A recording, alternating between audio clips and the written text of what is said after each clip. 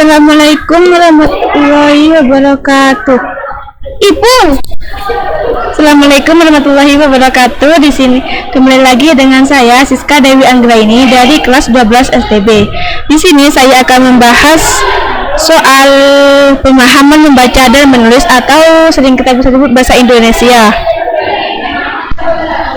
Di sini terdapat soal: di sepanjang 70 tahun Indonesia merdeka, setelah 14 tahun mencoba praktik demokrasi parlementer secara liberal dan 38 tahun diperintah oleh dua penguasa berdasar sistem politik semi presidensial, Indonesia berkesempatan secara sadar dan leluasa untuk menerapkan dan mengembangkan demokrasi presidensial.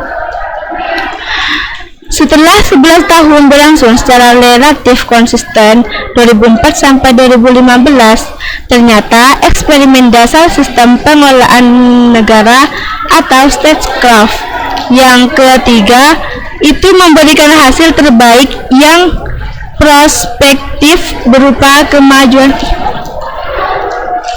kemajuan demokrasi dan politik beserta sosial dan ekonomi secara lebih komprehensif.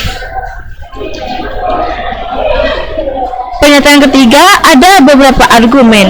Pertama, sekalipun masih ada berbagai kelemahan, dunia mengaku Indonesia sebagai negara dengan penduduk terbesar kelima, dengan masyarakat yang berstruktur majemuk dan mayoritas beragama Islam, tetapi sukses menjalankan transformasi demokrasi. Yang keempat, argumen kedua adalah kehidupan masyarakat dan negara yang relatif stabil, sosial dan politik serta ekonomi. Ketiga, sekalipun tertinggal dari kemajuan pembangunan di bawah sistem otoriter, tetapi sistem demokrasi presidensial berhasil mencapai pertumbuhan ekonomi (produk domestik bruto) sebesar 5-6% per tahun. 5. Keempat sistem tersebut berhasil memperbarui struktur masyarakat dengan memfasilitasi pertumbuhan kelas menengah baru sampai melebihi 50% populasi.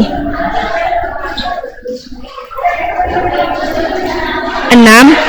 Tentunya, supaya merealisasikan potensi besar untuk menjadikan Indonesia sebagai negara besar dan kuat dunia, bukan saja memerlukan rencana aksi dan strategi yang tepat, melainkan lebih jauh membutuhkan landasan legal formal yang hanya bisa disediakan dengan penyempurnaan substansi dan prosedur, serta koherensi atas segenap peraturan perundangan mulai dari Undang-Undang Dasar Negara Republik Indonesia tahun 1945 sampai undang-undang yang berhubungan dengan politik (Parpol, Pileg, Pilpres, MD3, Kementerian, Pemda, Pilkada, dan Desa).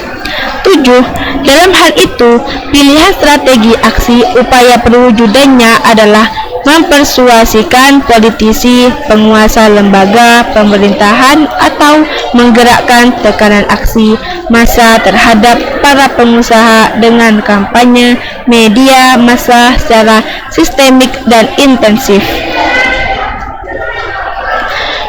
Jadi pertanyaannya adalah, judul yang paling tepat untuk menggambarkan isi dari teks di atas adalah: A. Perjalanan politik demokrasi Indonesia. B. Jenis demokrasi di Indonesia. C. Perjalanan politik di Indonesia. D. Tantangan politik dalam demokrasi. E. Pematangan demokrasi dan politik Indonesia. Jadi jawabannya di sini adalah E. Kenapa E? Karena judul merupakan intisari sebuah karangan. Judul harus mewakili keseluruhan isi teks. Teks di atas menceritakan tentang Indonesia yang mencoba menggunakan beberapa sistem demokrasi dan sistem politik. Penggunaan sistem demokrasi dan sistem politik dijelaskan hingga tahap penerapan demokrasi presidensial yang relatif berlangsung secara konsisten. Dengan demikian, judul yang tepat untuk teks di atas adalah Pematangan Demokrasi dan Politik Indonesia. Pilihan jawaban A kurang tepat karena teks di atas tidak secara spesifik membahas perjalanan politik demokrasi di Indonesia.